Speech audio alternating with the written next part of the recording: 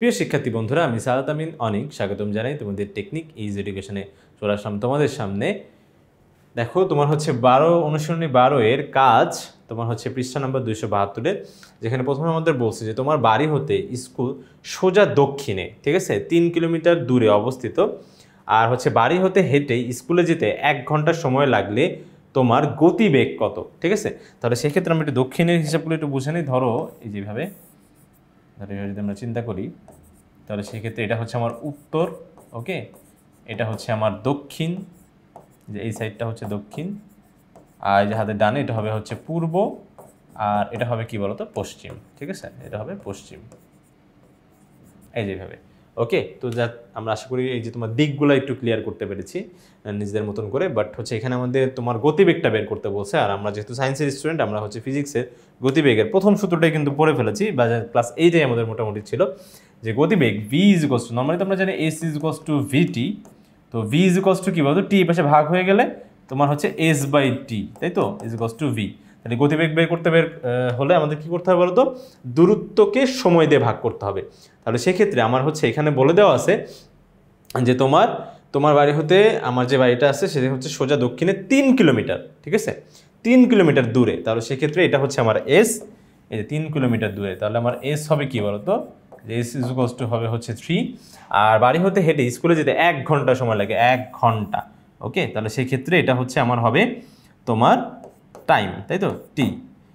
ওকে, তাহলে এস হচ্ছে ডিসপ্লেসমেন্ট, দূরত্ব। তাহলে সেক্ষেত্রে আমরা পেয়ে গেলাম। তাহলে সেক্ষেত্রে আমার গতিবেগ হবে হচ্ছে কি বলতো তোমার, এই দেখো, দূরত্ব বাই সময়, তার মানে কি 3/1। তাহলে এটা হচ্ছে আমরা যদি একক হিসেবে লিখতে চাই, যেহেতু সময়টা ঘন্টায় আছে, তাহলে সেই জন্য হবে 3 কিলোমিটার পার ঘন্টা।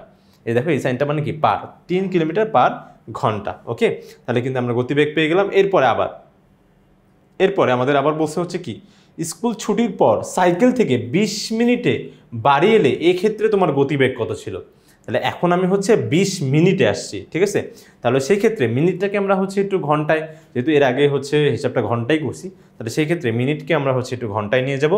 তাহলে সময় যেহেতু 20 মিনিট দেওয়া, তো 20 মিনিটকে আমরা যদি 60, যে 60 দিয়ে যদি ভাগ করি, তাহলে সেটা কিন্তু ঘন্টায় চলে যায়। কারণ কেন ভাগ করতে হবে বলতো, কারণ হচ্ছে আমরা জানি যে তোমার 60 মিনিট, দেখো 60 মিনিট ইজ ইকুয়ালস টু কী বলো তো, 1 ঘন্টা, 1 ঘন্টা, তাই তো।